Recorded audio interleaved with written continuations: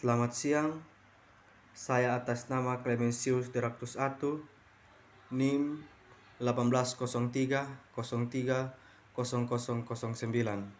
kelas Sosiologi A semester 6. Di sini saya akan menjelaskan sedikit tentang ekonomi politik media di zaman crowdfunding.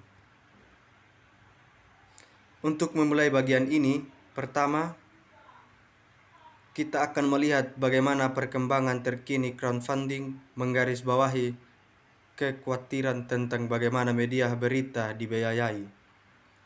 Frank Rebillard mempelajari perubahan besar dan sosial masalah politik yang mempengaruhi sumber daya keuangan yang tersedia untuk dicetak dan media online di Prancis. Seperti di banyak negara, pers di Prancis begitu biasanya dilihat sebagai dibiayai melalui dua saluran pelengkap. Di satu sisi, publikasi dijual kepada pembaca, sementara di sisi lain, ruang iklan dijual kepada pengiklan. Pertumbuhan besar-besaran dalam akses internet tentunya telah menciptakan platform berita online itu menarik pengiklanan. Namun, pada saat yang sama, belanja iklan masuk media telah sangat menurun, sementara pengguna internet tetap sekutu dengan membayar untuk mengakses informasi. Akibatnya, crowdfunding platform yang mulai muncul pertama kali pada akhir tahun 2000-an di Amerika Serikat dan kemudian di Eropa sering dianggap sebagai sumber pembiayaan alternatif. Dengan bantuan crowdfunding, file media mungkin bisa mengatasi krisis pendanaannya.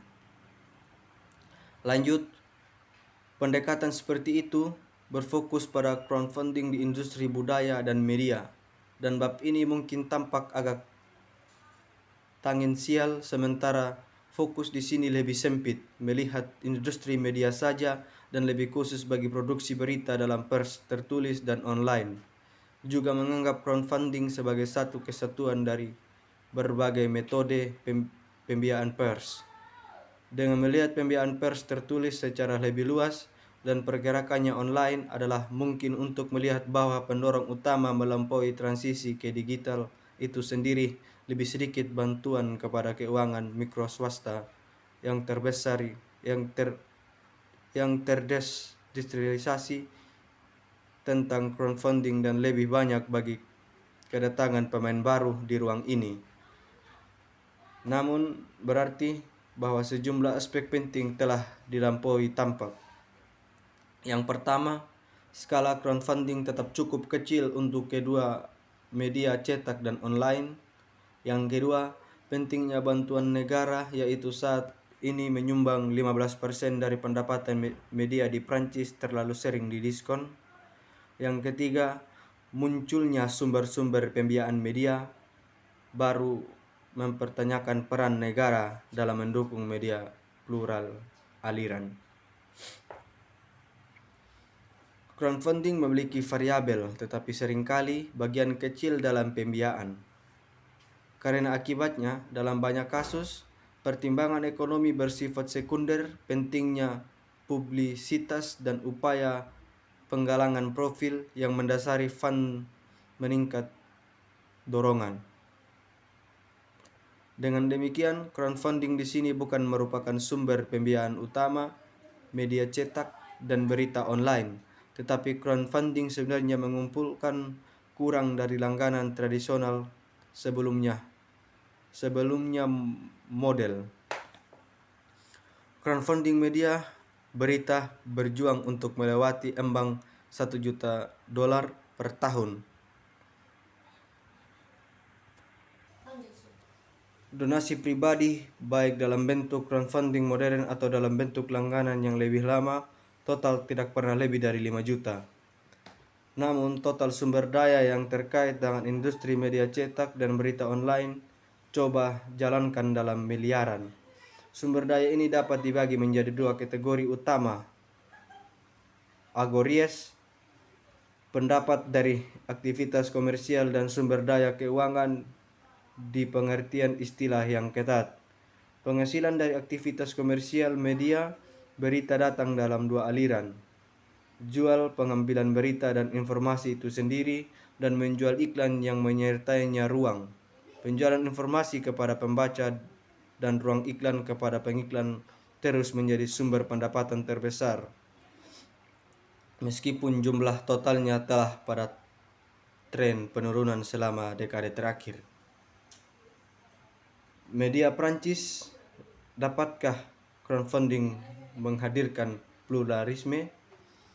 Sejak pertengahan 2010-an, pemberitahuan media di Prancis sepertinya sudah mengadopsinya crowdfunding hampir secara sistematis.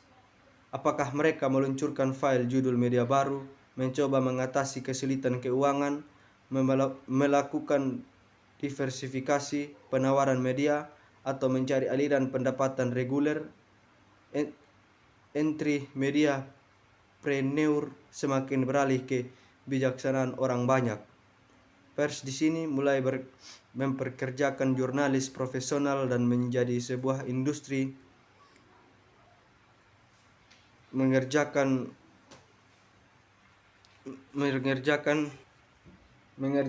jurnalis profesional dan menjadi sebuah industri dengan sendirinya di kuartal terakhir abad ke-19 mengemuk dan menugaskan dirinya sendiri misi pelaporan terbasis fakta daripada menggunakan tulisan berbasis opini untuk mempengaruhi publik. Sejak itu, masalah sejauh mana sumber mendapatkan dan kepemilikan modal mempengaruhi konten telah dibawa ke depan. Inilah yang penulis lakukan mengacu pada pencarian uang bersih atau pencarian pendanaan yang menjamin produksi berita independen sesuai dengan etika jurnalistik. Dalam melakukannya, mereka menonjolkan fakta ekonomi, kekhawatiran selalu menyiratkan pertimbangan etis dan solusi itu bisa berubah seiring waktu. Memang pencarian ini telah mengambil banyak bentuk melalui keluar abad ke-20 dengan terbaru adalah kerumunan pendanaan.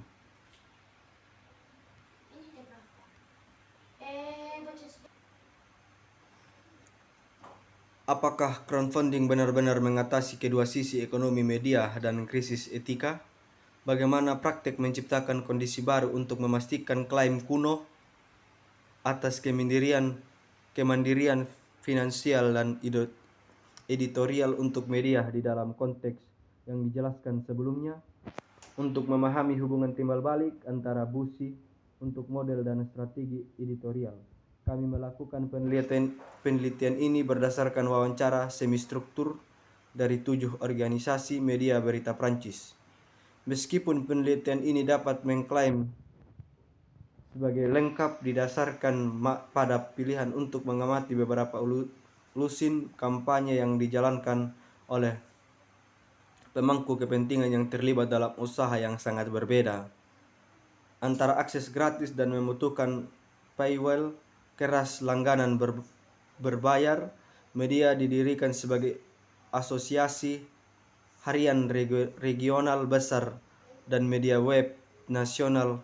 Surat kabar cetak menolak bantuan dari crowdfunding platform dan perusahaan bermain murni yang kreasinya dimungkinkan berkat dukungan crowdfunding. Profil yang dijelaskan di sini tampaknya bersifat simbolik dari berbagai kemungkinan opsi yang dapat dipilih oleh pemangku kepentingan. Mereka dipilih untuk memungkinkan kami mengidentifikasi secara memadai berbagai ekonomi dan kepentingan torial yang dimainkan dengan mengatasi sejumlah kesamaan atau spesies faktor spesifik dalam pemilihan yang dibuat oleh media yang berbeda. Bagi media-media ini, crowdfunding jelas merupakan salah satu cara, bahkan jika dirubah dan tidak sepenuhnya baru. Crowdfunding telah sekitar 10 tahun, tetapi praktik kampanye perlangganan khususnya di pers jauh lebih tua. Untuk menjawab pertanyaan kuno tentang hubungan antara dua bisnis dan media, antara keuangan dan modalistik, ketergantungan dan editorial, tidak ada dosa resep atau jaminan kesuksesan dalam pendekatan ini, yang terkadang bagian dari proposal teoritis yang lebih rumit yang belum pernah telah diuji sepenuhnya. Karena kurangnya kerangka hukum yang sesuai, diberikan konteks yang berubah ini, crowdfunding dapat muncul dalam kondisi tertentu menjadi cara untuk menjaga atau bahkan memperluas pluralisme informasi meski dengan batas yang jelas. Yang pertama, crowdfunding sendiri tidak membahas masalah mencakup total pendanaan untuk media berita yang harus menemukan sumber daya lain dengan preferensi yang ditampilkan untuk membaca mereka atau pemangku kepentingan publik. Yang kedua, sebagai imbalannya, pemotongan pajak dihasilkan sekutu diizinkan dalam kasus tertentu. Media yang biayai dengan cara ini tetap nice atau media pelengkap pengecualian adalah nice Martin. Tetapi jurnalnya kehilangan kendali perusahaan dalam menjual sahamnya.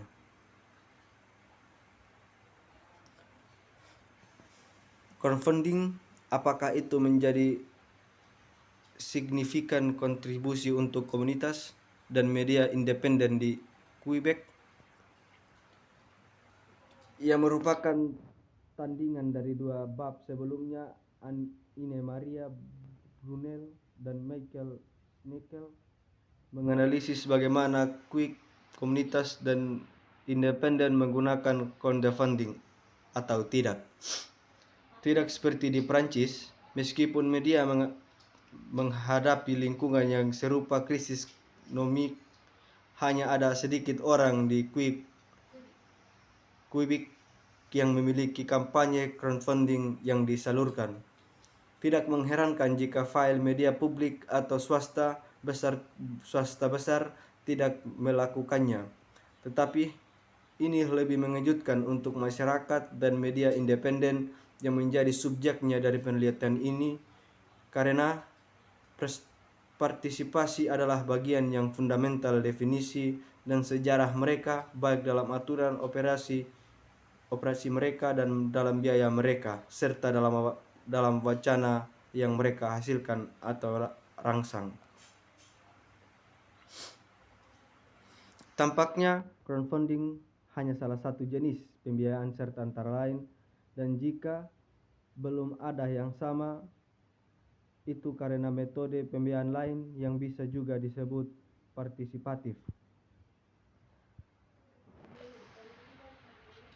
Berdasarkan Howe, model crowdfunding adalah semua cara untuk menghasilkan uang kontribusi yang mungkin atau mungkin tidak dalam pertukaran untuk beberapa bentuk pensiun atau pengembalian. Kontribusi yang mungkin atau mungkin tidak dalam pertukaran untuk beberapa bentuk pensiun atau pengembalian. Ini adalah dua model pertama yang akan kita fokuskan nanti saat menganalisis kasus lingkup Quebec dari media independen dan komunitas. Meskipun ada upaya untuk memperjelas istilah